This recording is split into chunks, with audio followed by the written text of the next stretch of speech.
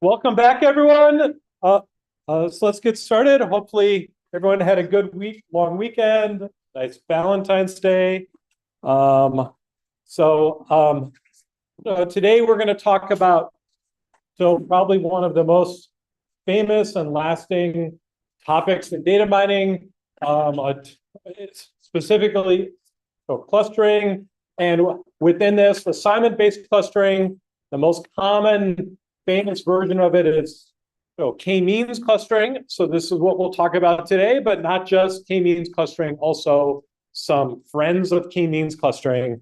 Which I think I kind of help explain the story of this a bit better. Before we get into the lecture, just to look at the schedule. The day collection report is due today, right? So it should be only one person in the group needs to turn it in, and that should be well for everyone. I have one of the TAs is going to first provide some feedback and look over these, and then anything that needs extra attention will get brought to me. But remember, you're always welcome to come and ask for my feedback after class and office hours. A few groups send me emails about some stuff. All that is good. There will be, I don't like a lot of very specific hands-on time with the projects at this point, unless you ask. If you ask, I'm happy to spend time on it, but there are like 40 projects, and so I don't stay. I have a TA who is kind of shepherding through it. After spring break, there's going to be, during this week, we will schedule time. There'll be some details coming up where I will get to meet with every single one in the group and provide each of you some feedback, right? So there will be that scheduled time, but that kind of hasn't happened yet, unless you ask for it, which you're welcome to. Okay, the other thing coming up, let's see, is the clustering assignment was posted. It's online here. Okay, got posted late last week. See, there are 4 data sets.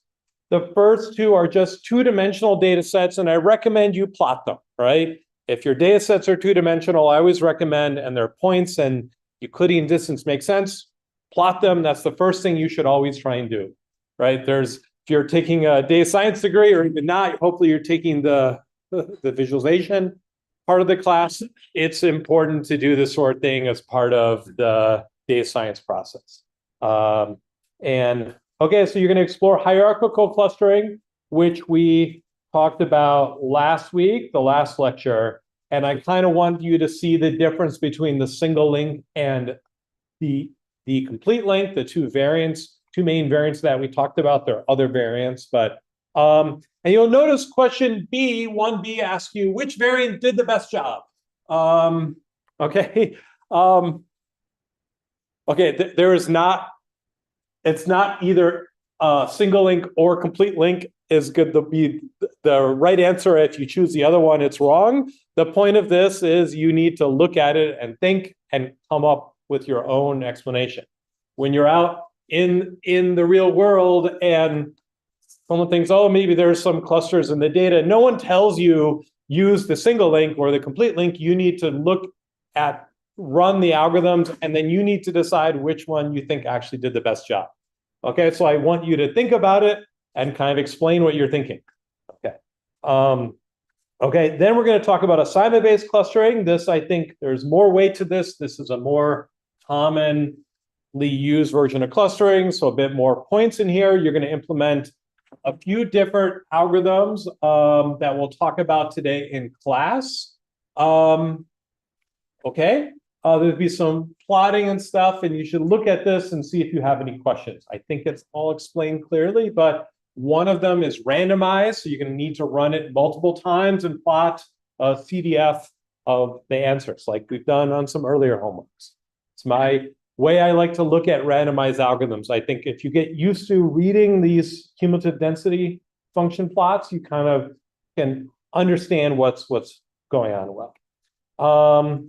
Okay, question 3.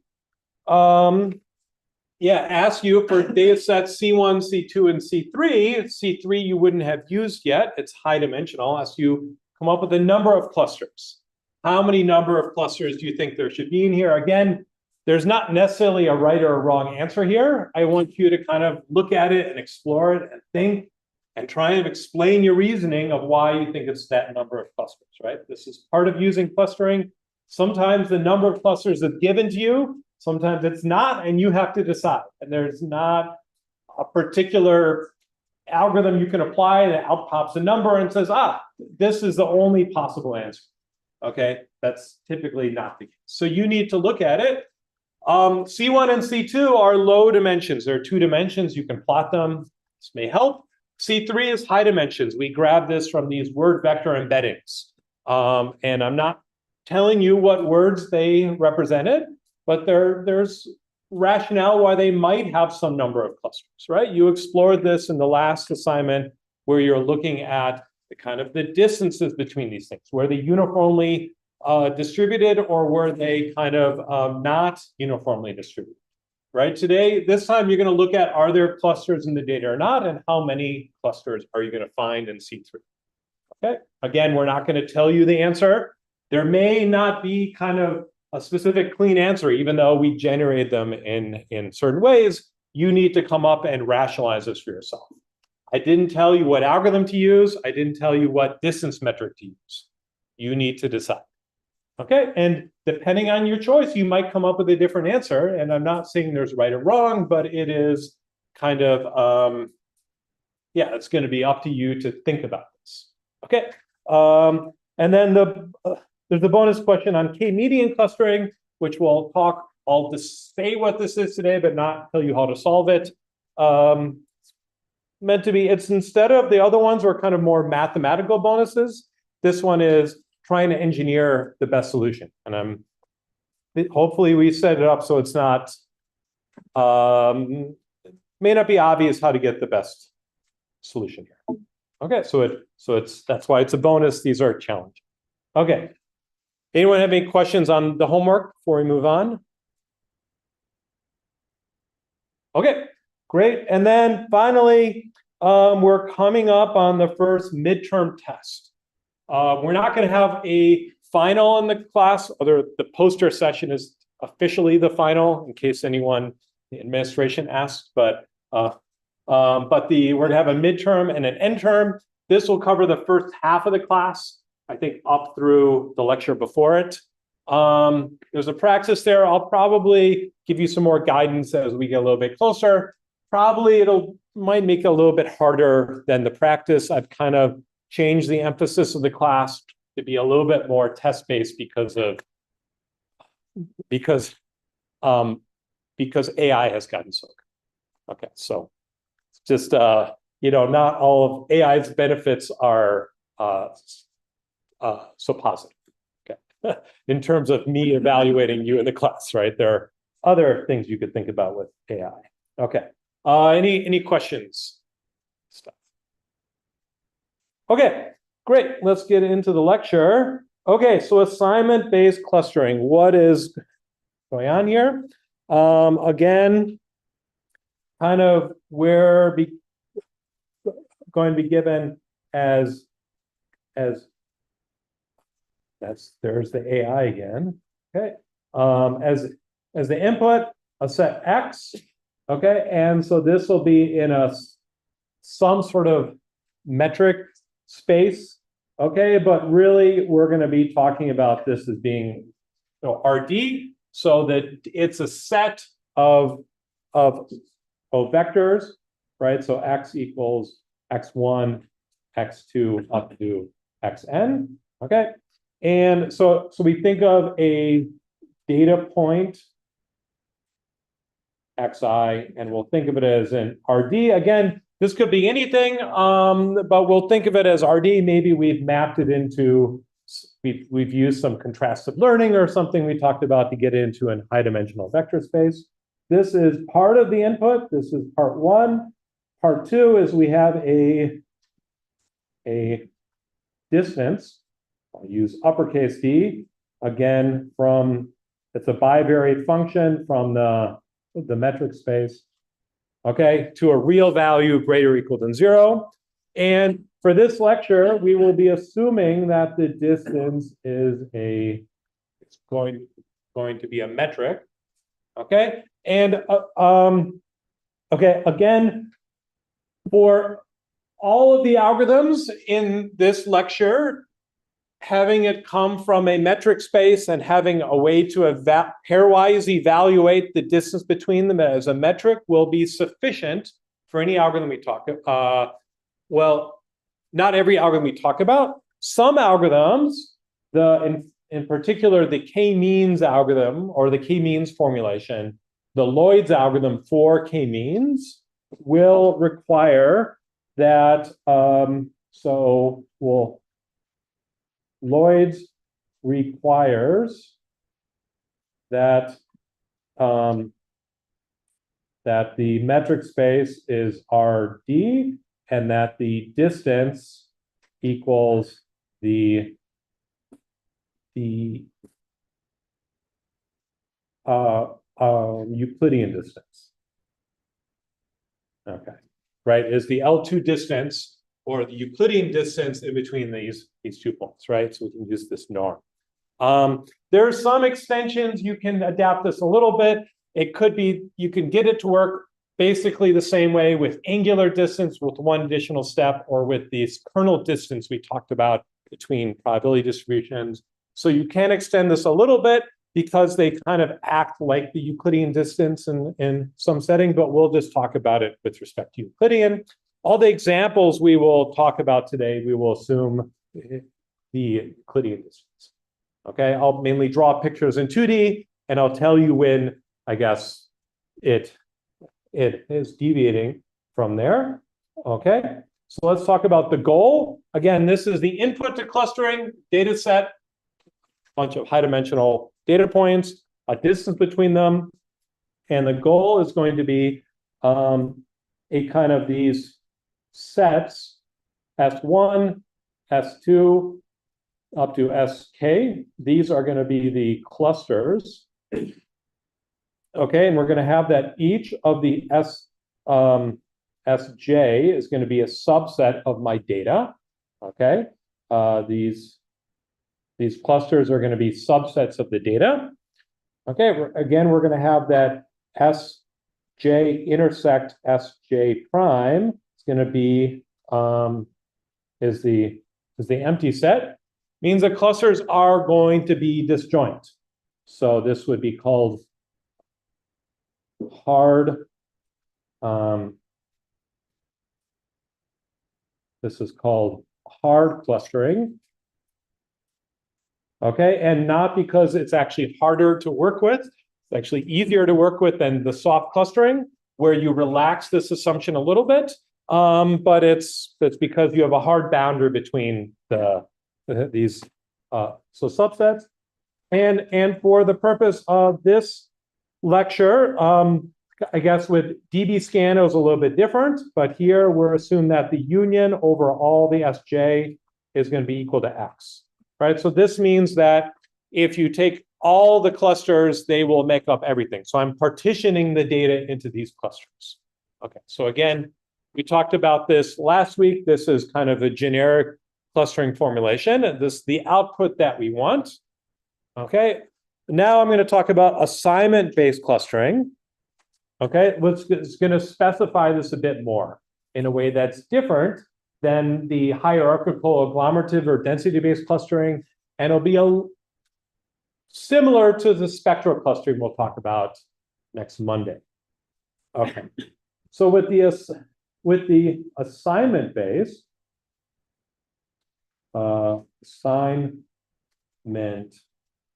based clustering. Okay, we're going to say a little bit more. Okay, we're going to want these clusters S1, S2 up to Sk. And in today's lecture, I'm going to be assuming K is given as part of the input. Okay, so K is part of the input. So I'm going to know the size of K. And like hierarchical, we could kind of decide this later. In some cases, in today, we're going to need to assume we're given this ahead of time. Now we can rerun with different values of K, but we'll just assume that K is given to us at this point. Okay, and I'm going to represent the clusters a little bit differently by the centers. And I'll call this uppercase C, C1, C2 up to CK. Okay. These centers will be a subset of RD, or in general of the metric space. Okay. Okay, so these are representative points for each cluster. Okay, so how's this look like? We're given some data, look something like this. Again, I'm drawing it nicely so that you can kind of see where these clusters might be, right? This is the data set X.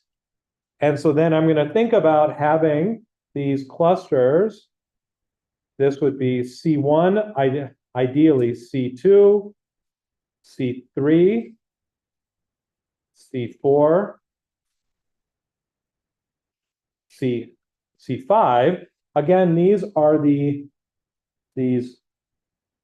this is the representative of cluster Sj. So Cj is the representative of cluster Sj. Okay, so this is really nice to have.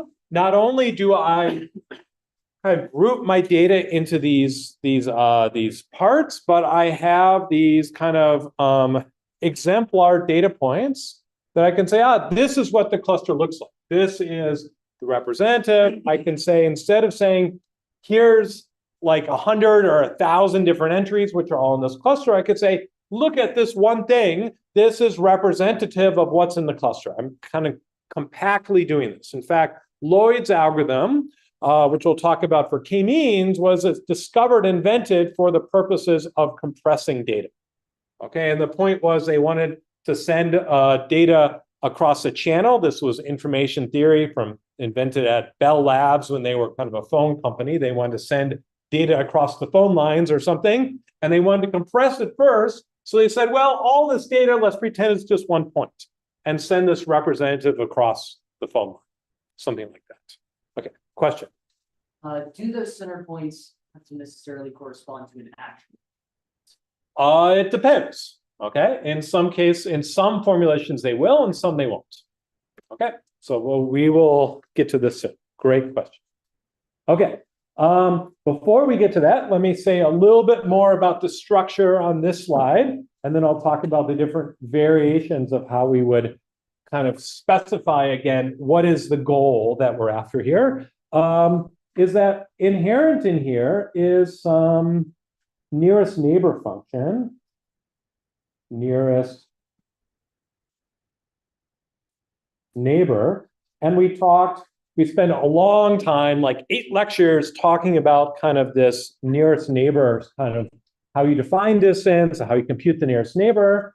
I'm going to call this for a function phi of C, where C is the set of the cluster centers. Okay, and I'll think of this going from RD.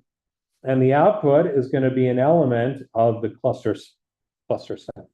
So in particular, so phi of C of a point X is going to be equal to the arg min of Cj, which is element of the set of the clusters, that is minimizing this distance from X to Cj. Okay, so this is this nearest neighbor function we spent so long talking about. Okay, and what does this look like here? Again, I can draw this in the plane in 2 dimensions pretty nicely, as I think we started talking about this at the end of the last lecture, this Voronoi diagram, where I can kind of nicely define this partition of RD for any point in the same region here, any point in this region around, kind of around C3, this is the same nearest neighbor. So any point X in this region, it points to the same thing. I partitioned the plane. Okay, so now with my representative points, the centers, I have actually a region of the space that if I have a new data point that wasn't in my data set, I know which cluster it's assigned to. This is kind of implicitly defined by these nearest neighbors. Okay, in 2D, this Voronoi diagram looks pretty nice, and in fact, it's linear size in the number of the cluster centers. In high dimension, it's not. In high dimensions, representing this blue lines exactly grows exponentially with the dimension, so I can't represent it, but I don't need to. I just need to store the representative centers, and for a data point, I just compute the distance to all of them, and I find the one which is closest. Or I think that's too slow. I use an approximate nearest neighbor approach, like we talked about. Okay, so this is kind of, I'm implicitly, by these centers, I'm implicitly describing all the clusters, even of points that I haven't witnessed yet or haven't used for my algorithm. Okay, but the point of these, now I need to somehow choose these representative centers so that they represent the clusters that are inherent in the data, right? This is the principle behind it. This is the kind of big picture goal we would like to do here. This makes sense. If I can do this, this would be really great. If my data looks like this, and I can pick these 5 centers in the middle, they implicitly define these regions, they group close points nearby them, everything looks great in this picture. Again, your data may not always look like this, but if it does, this would be great to do. Okay, so my goal, now I can finally kind of start to write down the goal here. The goal is to find kind of this set of these cluster centers, C1, C2, up to CK. Again, I'm going to assume K is given here. Okay. How do I say what point should I pick as the cluster centers? It depends somehow on the distance. Should they be part of the data set or not? Okay, there are a variety of formulations now. There's not just one algorithm or one formulation. There are a variety of them. And let me write these down. Formulation. Okay. Again, the most famous of these is called k-means. Okay, before starting the semester in this class, who had not heard of k-means clustering before? Is this a new, or is this something you've heard? And who's heard of this before? Oh, okay, good. Okay, so you probably heard of this before. We'll see if you. Okay, so this one is to kind of minimize the sum over all of the data points in the set times the distance from X to the nearest neighbor of X squared. Okay, so I'm minimizing the sum of the distances squared. Okay, and the square is maybe a little bit unusual, but there are other versions called the k-center, which I like k-center. The algorithms around it a bit better. Minimize, again, I want to minimize the max of X in X of the distance from X to here. Again, there's a very similar here, right? I'm doing something over all the data points. and then I'm looking at the distance to the center it's assigned. I don't care about the distance to any center, but only to the closest center, right? So how well does it fit the data points? I don't care if a data point is far from a different center. That's not in the formulation. Okay, there are a few other versions about this. The k-median is because I looked at, and again, the k-center would be the same if I squared the distance, right? The distances are only positive. If I squared, that's a monotonic function, the same one as the max, right? So I get basically I can do the same algorithm if I square it. But what if I didn't want to square here? Okay, so then I want to minimize. Again, I'm going to do a sum over these data points times the distance x, comma, x here. Okay, this is the k-median. And now I'm not squaring. This is less common. Okay, and then there's another version, k-medioid. That's medioid. Yeah, I think there's two I's in there. Okay, medioid, and I'm minimizing or minimize again the sum over x in x such that okay, it's the same as the median, but I have an extra constraint that my clusters must be a subset of x. Okay, so the difference here is that I require the clusters are a subset of the data. Okay, so why do we have these different versions? Why are they all up here? Okay, so the k-means corresponds with something called Lloyd's algorithm.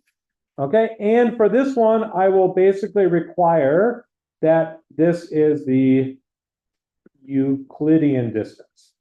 Okay, so the k-means will have the nice formulation, and it will really force that the center representative points are really in the middle of the cluster in some nice way. Okay, and we'll talk a bit more about this one. The k-center has another algorithm that I like better, Gonzalez algorithm, that I'll be able to say something more formal about. So Lloyd's algorithm for k-means, I mean, there are other algorithms that are like really complicated.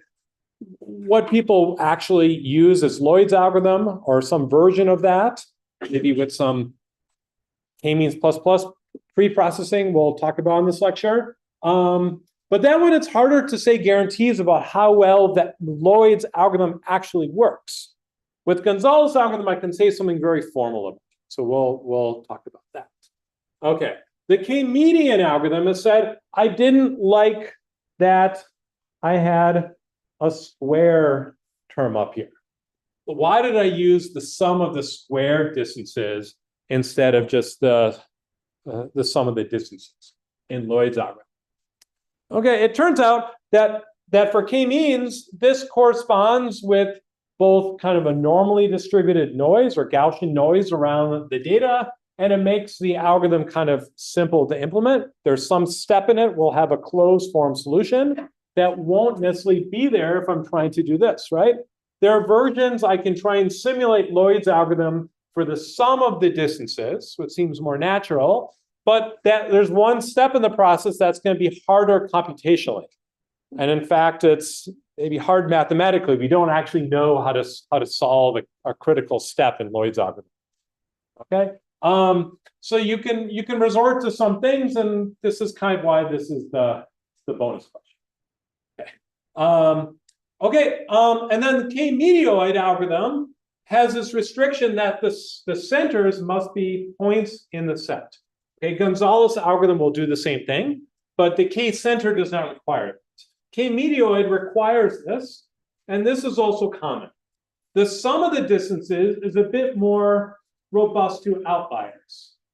one outlier distance in the k-means, well, I take that distance and then I square it, right? So if all the distances are around 1 and one distance is 100, well, then that 100 distance becomes 10,000 for all the distances 1 stay about the same, right? So the square really accentuates the power and the effect of outliers and what the optimization is.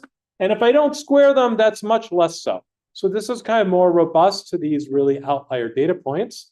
But this is hard to solve. The k-median is hard to solve. K-medioid says, I'm going to add a restriction that I'm going to require the centers be elements of the input sort of data set. Okay? There are two advantages to this. One is when I get my exemplar points that are representative from what I'm doing, I know that they're actual data points. I know that these are actually things that could occur because they did occur in my data set. So I'm not kind of making something that is made up out of thin air, some combination of data points. It's a realistic data point. Two, when I'm solving this, it's because I don't know how to find the best representative in this setting. In the k-medioid setting, I can just check all the representatives and see which one's in the cluster and see which one of those does the best job. Okay, so it makes it a little bit more kind of tractable in what to do here and how to pick the representative because I have a finite set I can check. Okay, so that's kind of the differences between these three algorithms. Okay, most people will use k-means using kind of extensions of methods we will talk about, or k-medioid because it's robust to the outliers and it gives you a representative. As long as you're going to force yourself to get a representative, the k-medioid is probably the best.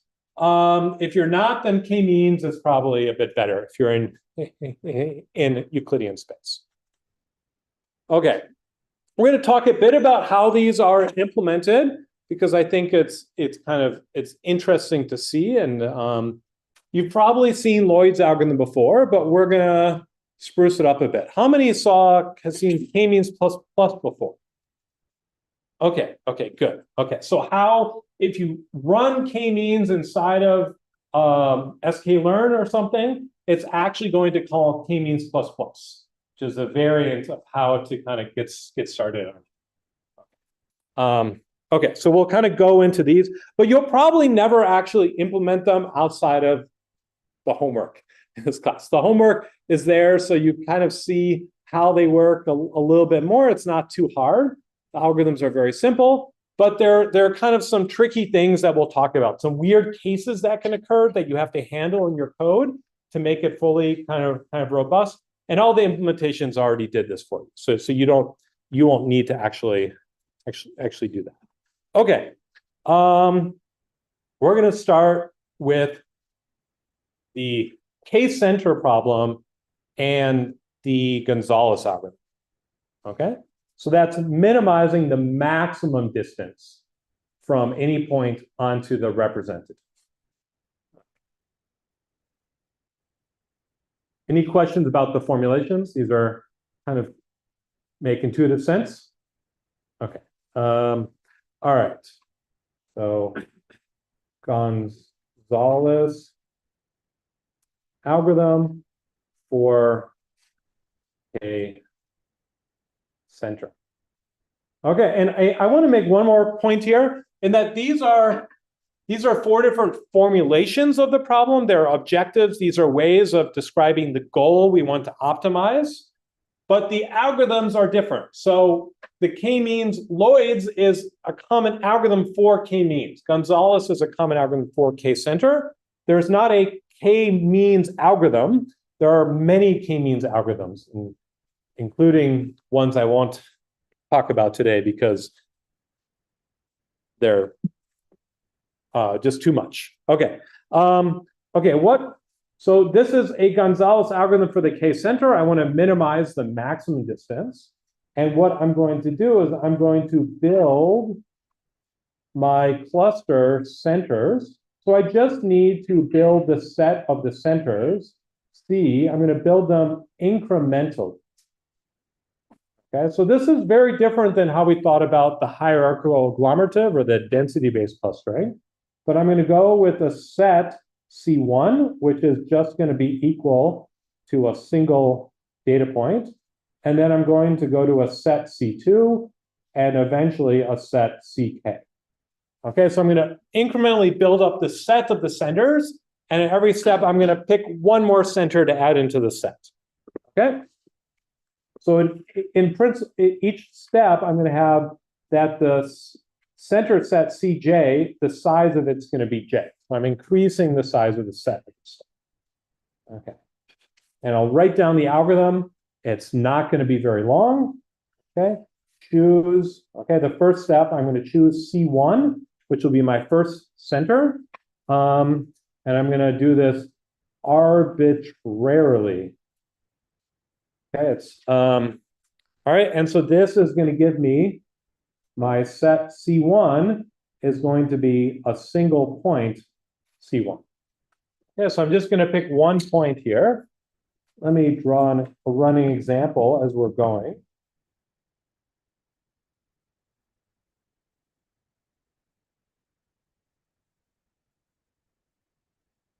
Okay, again, this is a nicely behaved clusters. They may not always be so nice. Okay, but I'm going to pick, say, one point, C1 here. I'm picking one point here to be C1. Okay, my set of clusters is just this one point. Okay, implicitly, so finding everything as closest to that one. Okay, so this is the first step, the 0th step. And then the second part is going to be a for loop for j equals 2 to k. Okay, I'm going to just set Cj, just the J cluster center, is going to be the arg max of x in x from distance from x to its nearest neighbor in the set Cj minus 1 of x. Okay, so that's the whole algorithm. Okay, so this is the whole algorithm here. So I picked my first center C1. Now I need to pick the furthest point away from any of the centers. Okay, so this will be, that's C1. The furthest point away is maybe out here. This will be C2. It'll be an element of the set. Okay, so now I have two centers, C1 and C2. Okay, I think I should probably keep going. Find another point that's far away from all these. Let's say this point, why erases it. This point is the furthest away from either C1 or C2. We'll call this C3. Okay. Okay, now what point should I pick next? What's furthest away from any of the cluster centers? Maybe this one. Okay. Maybe this is C4. Okay. Maybe I should pick one more. Makes sense. What's furthest away? All these points are close to C2. These are all close to C4. These are all close to C1. These are all close to C3. These are kind of close to C1, but maybe this point is far away. So we'll pick this point down here as C5. Okay. And I can stop. I've gotten to K. Let's say K is equal to 5.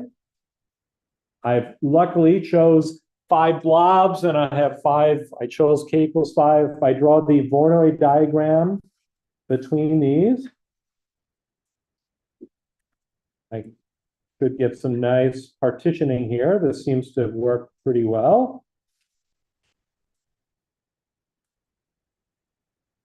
Okay, and okay, so I have successfully, all the blobs are assigned to the right representatives here. I haven't split any of these blobs here. Okay, and what I've tried to do is minimize the distance from any point to one of the cluster centers. Okay, I want no point to be too far from the cluster center. Okay, so what do you think about this algorithm? What's your impressions?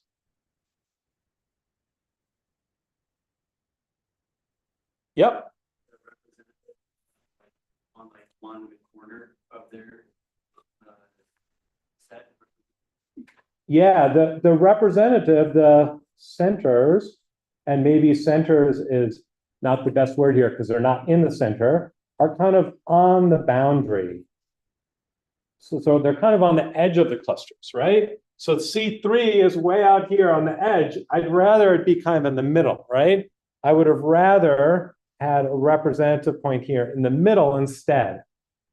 Okay, yeah, this is a good point, right? So, in fact, do you think I could have done better if I had chosen points in the middle? Somehow my objective here was to minimize the maximum distance, right? If I pick the points in the middle, then this point is now closer, right? So all the points are closer than the choice of C3. All right, so I somehow didn't do the best I could possibly do here. Okay, so yeah, I could probably do a bit better here in practice. And it turns out that's true. If I probably run any of the other algorithms using this as the starting point, it will probably improve the k-center cost. Probably. And in practice, probably yes. Okay? What's your other impression about the algorithm? Yeah. Look at each time there's an outlier. Yeah, if there's an outlier, it will definitely go and grab that outlier. It's like, what's far away from everything else? The outliers are, right? So if there are outliers, it's going to kind of essentially find the outliers for good or bad. Rather, do you want those as the centers or not? Now, in this formulation, you might want them as the centers. I don't want any point to be far away from a center, including an outlier. This formulation that I wrote up here said I want to minimize the maximum distance. So I did what the formulation told me to do. Right? It's like if you tell an algorithm to do something, it will go and do that. So that's what the formulation said, and it will find the outliers as the centers.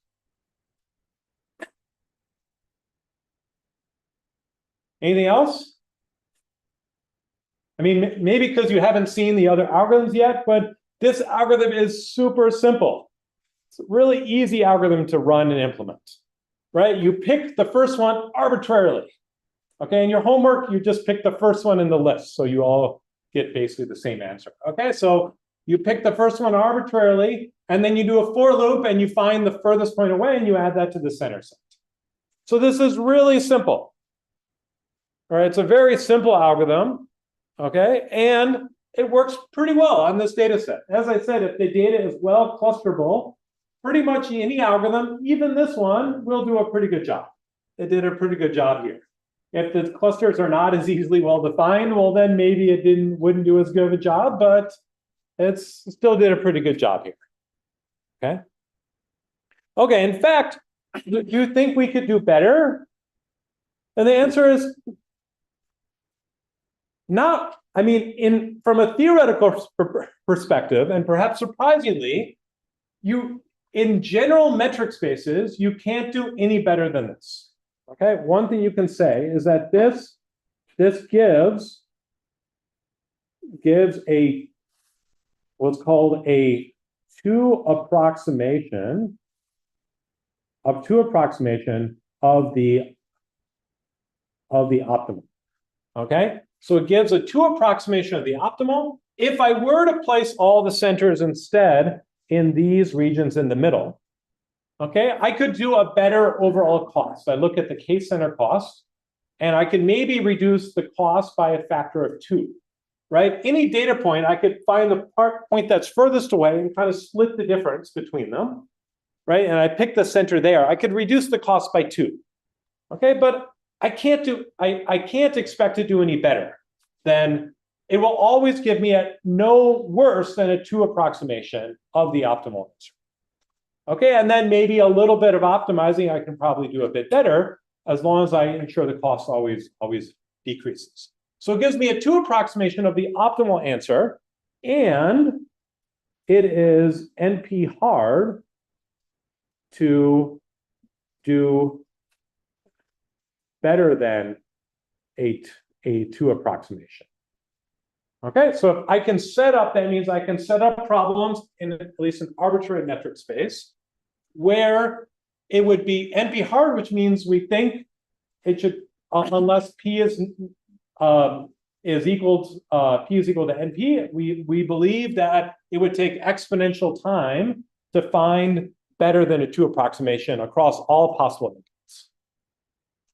Okay, so in this case, we could do this and then we could optimize it and probably fine. But if I give you an arbitrary metric space, we can't necessarily do better. Even in 2 dimensions, you can do a bit better. You can get like a 1.7 approximation or something with some more complicated algorithms. But you can't guarantee to get much better than a 2 approximation. Okay, so you might as well run this and then maybe kind of do some local optimization. So it's a really nice algorithm. It has a very strong guarantee that you can't really beat, and it works for any sort of metric space. Okay, so this is, as your first attempt at clustering, you might want to run this. It's really fast, very efficient, very general. It's kind of not optimal, but in some sense, you can't guarantee to do better. Okay, so this was one of my favorites. Because of that. And you probably most of you haven't seen this one before as much. Did you get taught this in 3190 recently? Okay, so they added that into the curriculum. When I taught it, I saved it for this class, so you had something new to see. But okay, I don't mind it. It's fundamental enough to be taught. Okay, so let's talk about Lloyd's algorithm.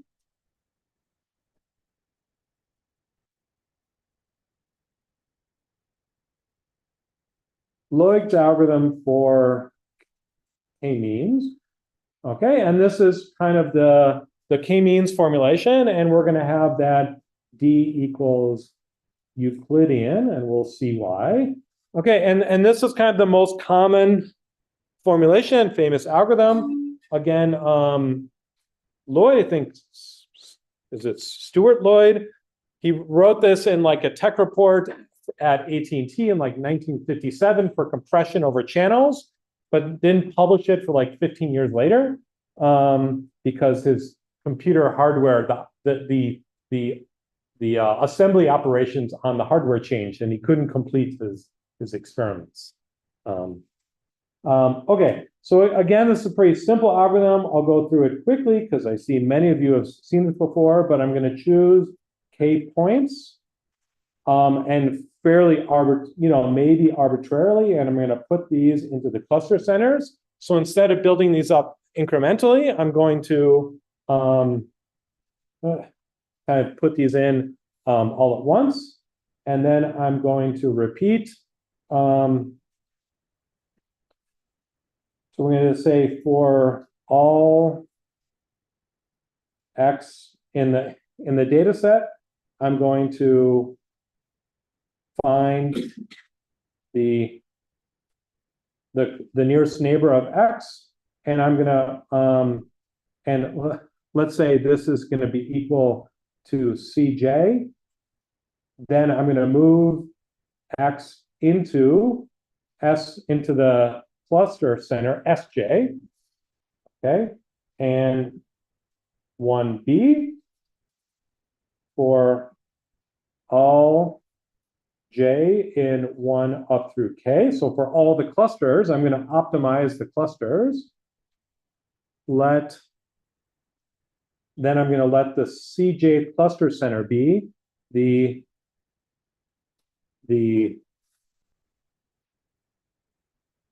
average of all the points in Sj.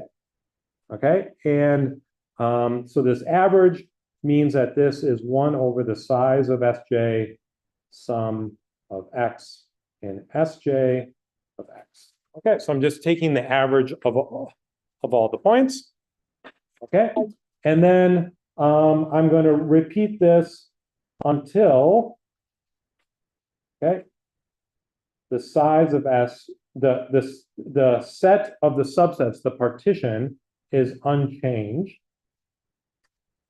or the change is small. Okay, so I'm going to repeat until it basically stops.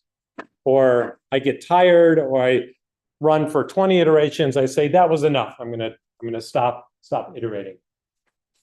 Okay, so this is the algorithm. Okay, and I'll try and draw a picture of what this looks like. It's a bit more dynamic, so I'll do this on a full slide next.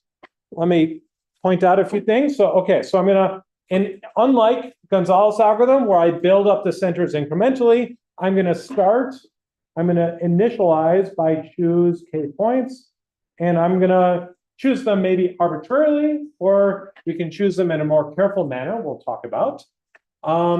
And then I'm going to repeat and iteratively improve. So I could think of kind of starting here and iteratively improving them. And so there are two steps here. And the first step is kind of the implicit.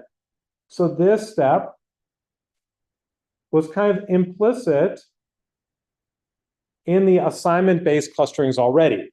I match every point X to its nearest neighbor. Right, so if I have a set of points, right, and there's some point X here, and I'm going to have some cluster center called a CJ, then no matter where this was assigned before, I'm going to say it's closer to this one, I'm going to assign it. This was kind of implicit.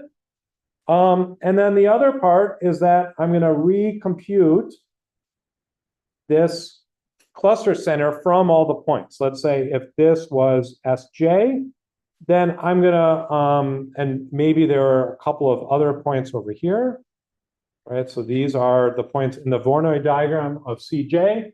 Then I'm gonna recompute the center. I'm gonna update it so it's somehow minimizing this, it's the average of all the points. And kind of the insight here, the important insight is that this operation is doing the arg min of X and RD of the sum over X and Sj. Let's something else. Call this Z minimizing Z minus X squared. Okay, so this averaging step is actually minimizing the sum of the squared distances. Okay, by averaging, I'm minimizing the sum of the squared distances, and this is what I wanted to do for k-means. Okay, I want to minimize the sum of the squared distances onto the center. Okay, and this is why we use the squared distance here, one of the primary reasons, because taking the average, the element-wise average of all the coordinate, or the coordinate-wise average, minimizes the sum of the squared distances, given that this was how they were assigned on the okay? So, and this is special to Euclidean distance. If I use Euclidean distance, then I know I can think of them as coordinates. I can do element-wise average of each coordinate, and this is optimizing this objective, which is kind of a local version of my overall so k-means objective formulation. Okay? And so I also have the nice property here that implies that whenever I do this update step, 1b here, when I'm re-choosing the center as the average, that given this assignment, the choice of the assignment, I'm decreasing, or at least not increasing, but I'm finding the arg min, so I'm not increasing, I'm probably decreasing the distance the total cost of this k-means formula. Right, of all these points in Sj, from whatever their center was before, this cost is now less. Okay?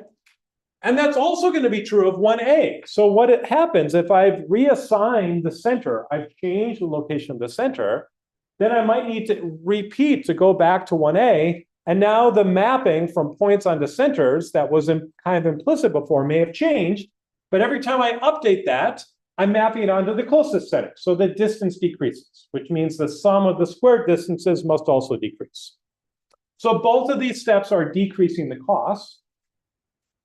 And by that, because the cost is always decreasing, it means I'm not to an assignment I was at before, because I'm always decreasing the cost. And if I was at an assignment before, it must have had a higher cost if I was at it before. Okay. So this means this will eventually converge to the right, to a local minimum where it cannot improve anymore. Okay, so it will eventually converge. Okay, how many steps until it converges? How many steps do you think until it converges? So how many, for K center, I just need to do one iteration, basically, right?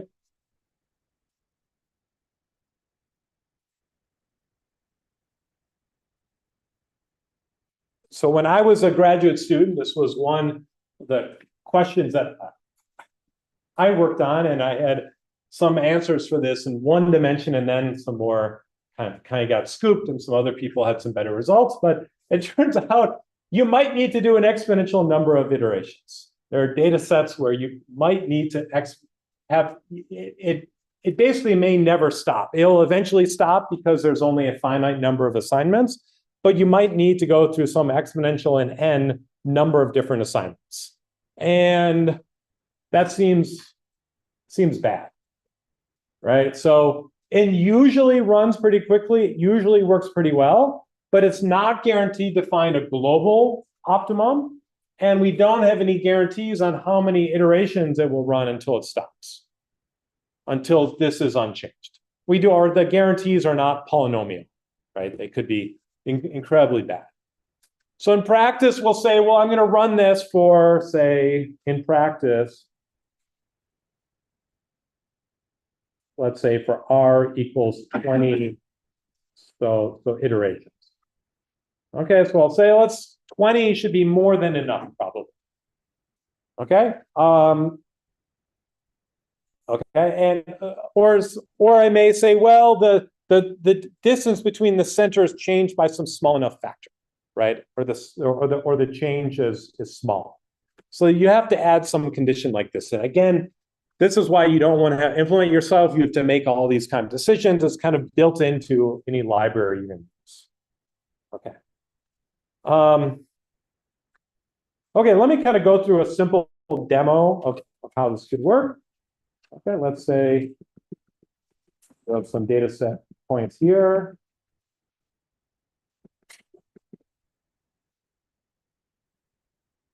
Okay, and let's say I'm going to start with C1 here, and I'm going to kind of choose them so they're not great. And C3 is this point over, let me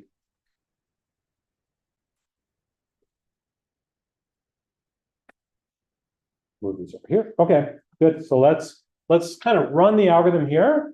We'll go through a simple running of this. And the first step we might do is we may try and draw the Voronoi diagram induced by the centers. Okay, and it might look something like this. Okay, so now C3 and C2 are kind of split here on that one cluster, and C3 is on this outlier point. What's going to happen? Maybe, in fact, this one looks like this, probably. Kind of the bisector between C3 and C2. Okay, so the first thing we're going to do, we're going to assign this Voronoi diagram implicitly assigns all the points to the centers. And so we're going to remove the points. C2 is going to move kind of down here because it's the average of some of those points in the top blob and some of the points in the bottom blob. And C3 may also get moved here a bit. And C1 is going to move a little bit more here in the center of this blob. Okay, let's update this again. Okay, with the new Voronoi diagrams, right? So let's see what happens.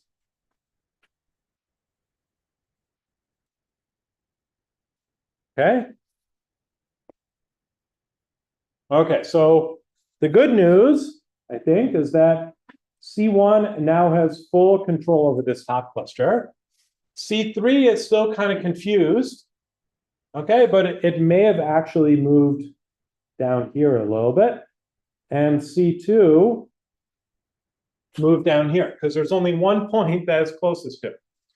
What would have happened if this point had not been here and C2 had not been closest to any of the data points? Yeah, I didn't describe what would happen in the algorithm. This is one of those weird cases you have to deal with if you implement it. Typically, you reassign C2 randomly to someplace. Okay, luckily that didn't happen. There's one data point. Okay, so now we can redo the Voronoi diagrams between C2 and C3. He's here, and now we're going to have C2 is going to be here. C1 is in the same spot, and C3 is going to be here. It has this blob and the one out. Okay, and now the Voronoi diagrams are basically stable, and so the iteration stops. Okay, and we get these. This is S1, S2, and S3. Okay, so it worked. It almost didn't work because C2 got stuck here. So C2 almost didn't have any points in its set. Okay, this kind of makes sense. Okay, I guess many of you have seen part of this before. Okay, so let me show another example here.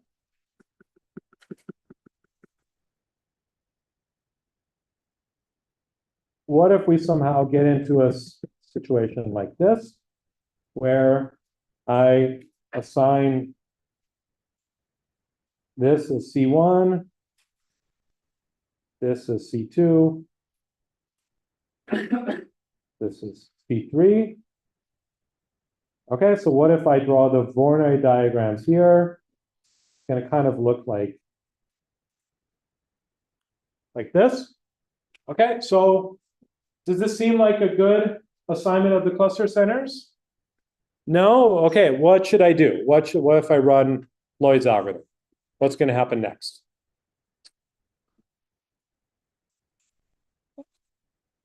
So nothing, right? I'm hearing a whole lot of nothing because Lloyd's algorithm is going to stop, right? It's converged.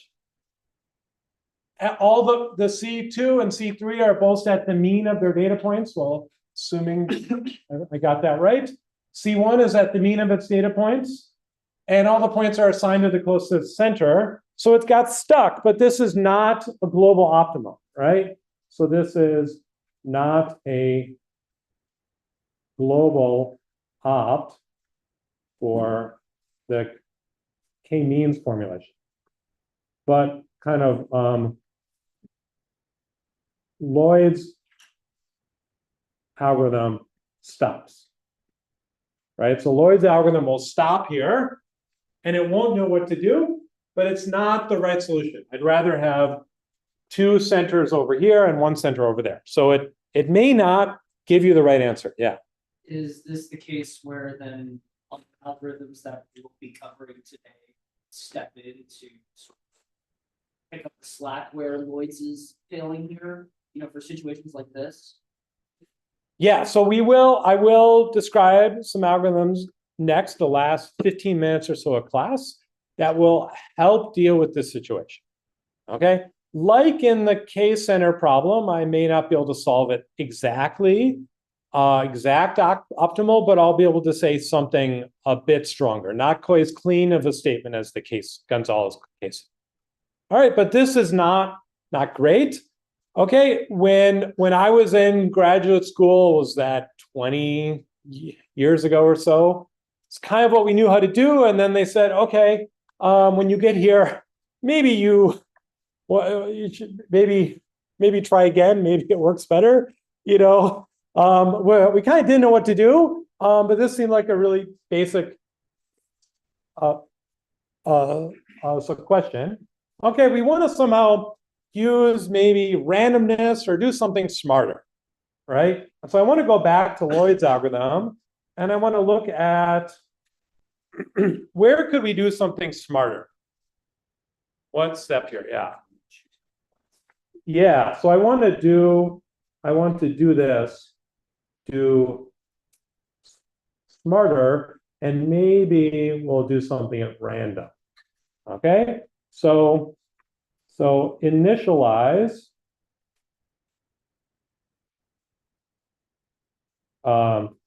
k-means or Lloyd's for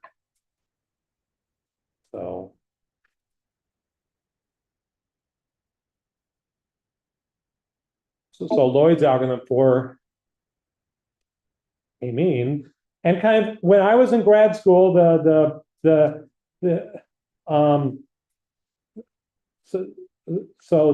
the guiding wisdom was initialize by choose kind of the initial set k at random.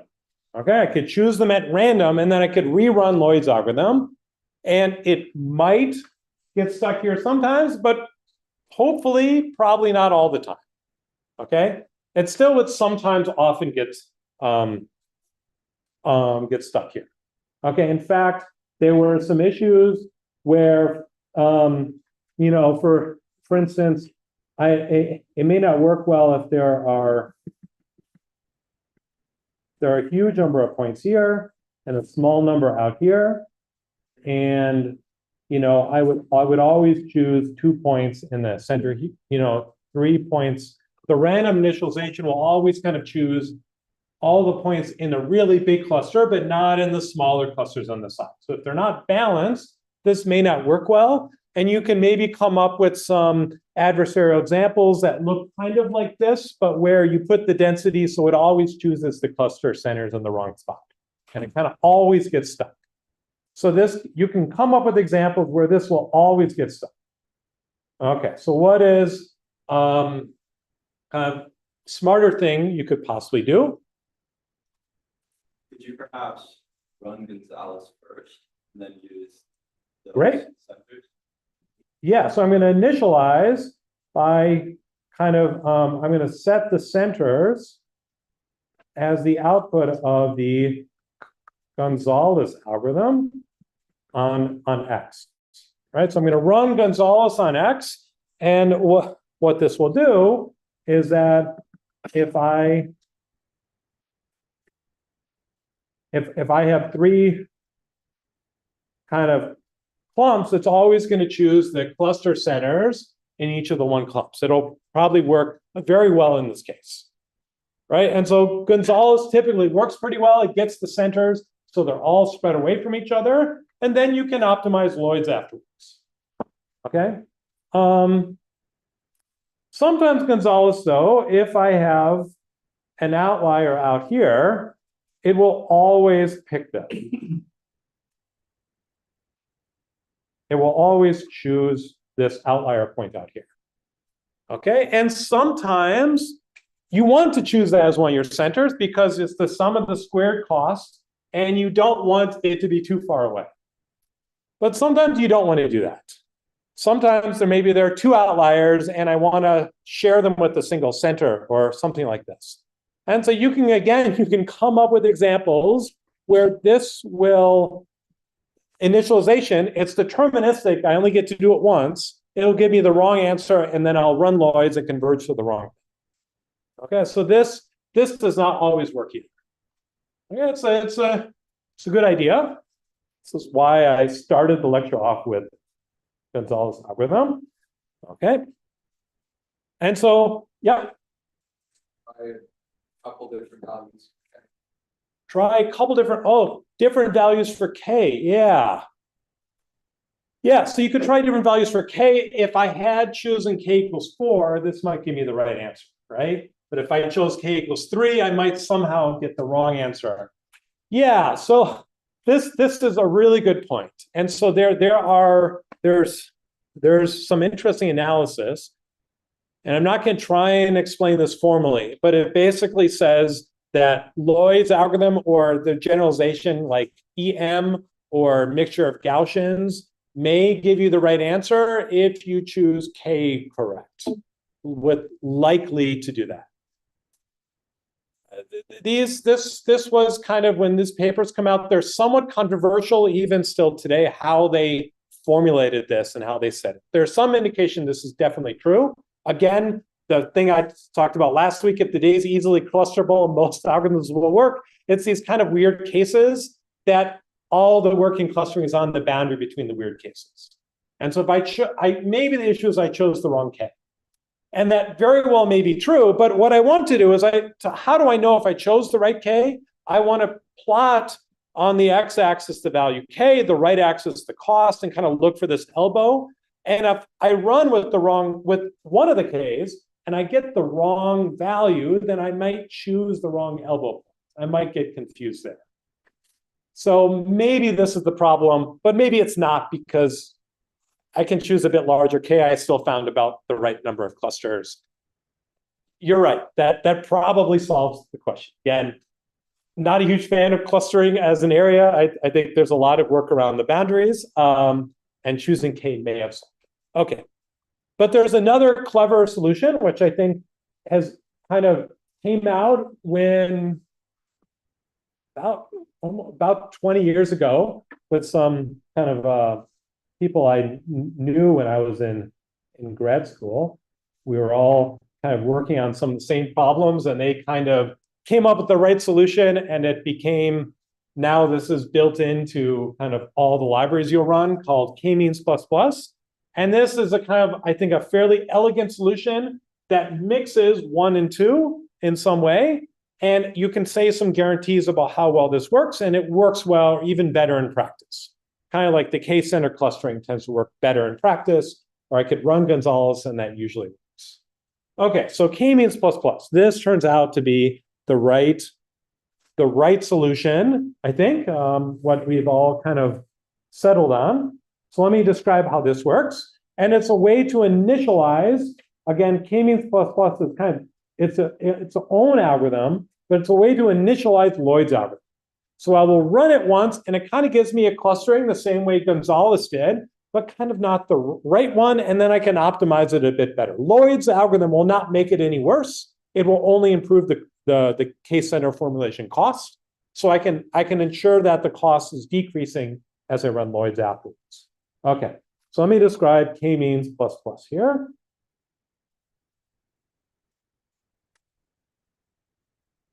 Okay, and okay, so what do we do? Again, we're going to choose C1 arbitrarily,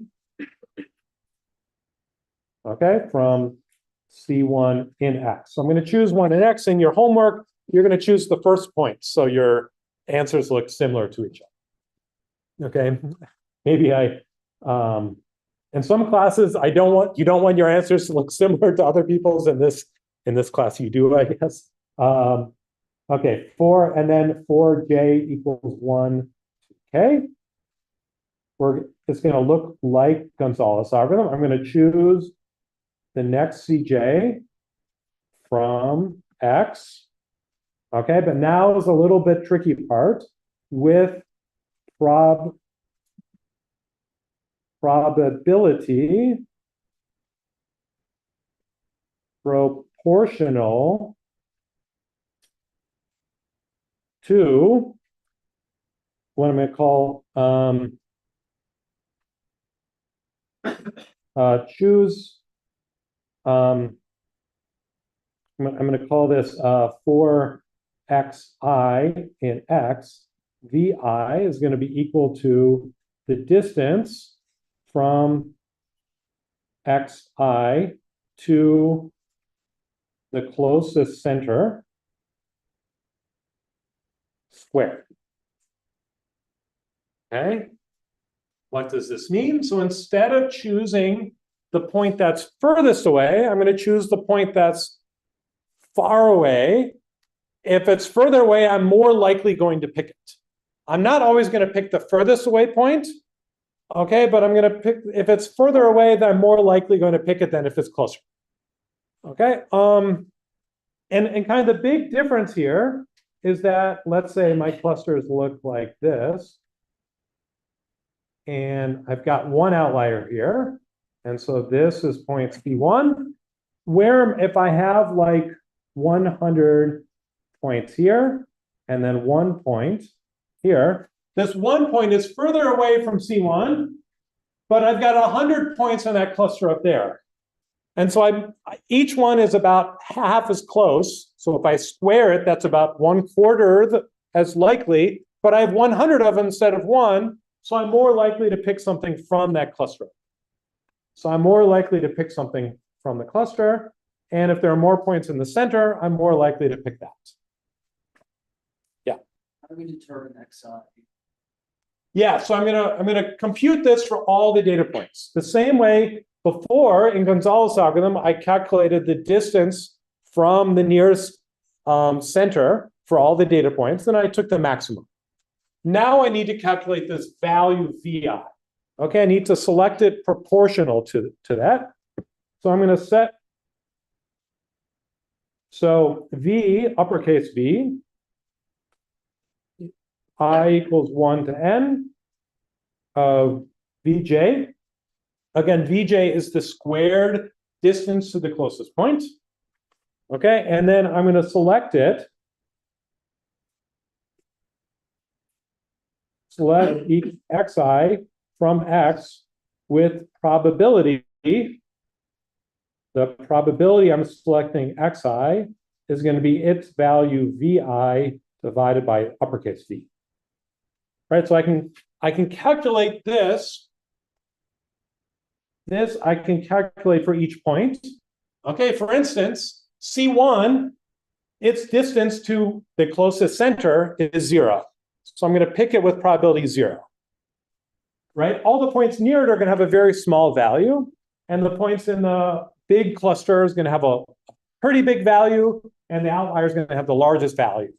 Okay, and I'm going to pick them, normalize these values by dividing them by some, right? This is what I had to do for these discrete probability distributions. Now I'm going to think of an n-dimensional vector that all the entries are between 0 and 1, and they add up to 1, right? By normalizing them in this way, I get this property. I get a probability distribution over the points. Now I need to select a point with this probability. I still need to do this. And we know how to implement that using, there's a simple trick, a cool trick that I like a lot.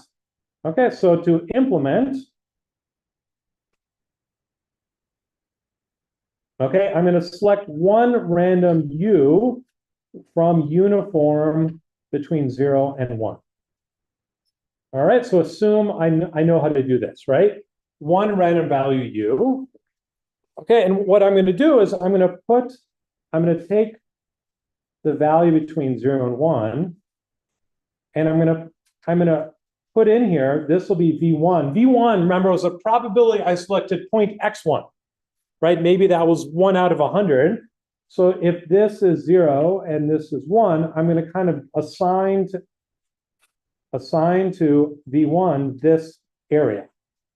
And then v2, maybe this is 2 out of 100. So it gets a slightly larger area. All right, and so up to a point vi, this point is going to be, I'll call this uppercase vi, which is going to be the sum of I prime equals 1 up to I of all the vi, right? So I'm going to come up with a cumulative density function by just the original ordering of the points. Okay, so so vi will come up to this point here, and that's going to have this area, and between uppercase vi minus 1 and uppercase vi, this is the point. This is the region I assign to this point vi.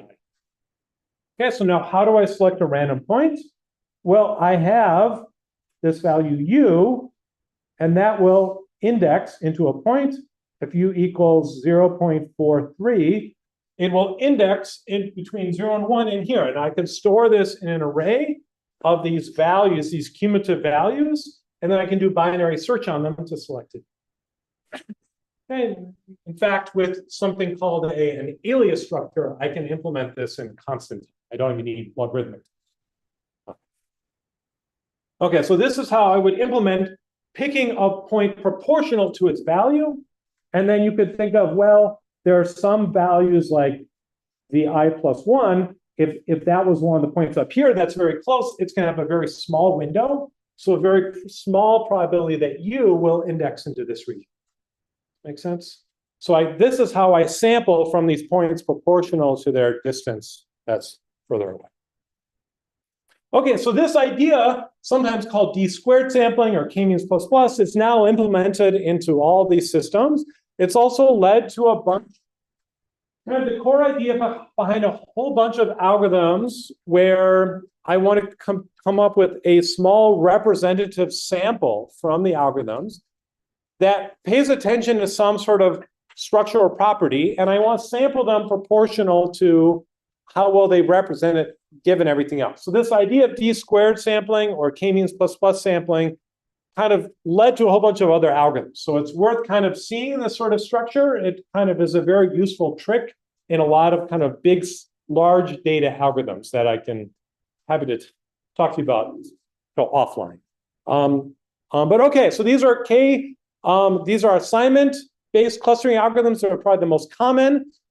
You'll implement them for your homework. The key is to kind of know the differences and kind of see how they work. You'll see that in the homework and know which one to choose to use. So we'll stop here.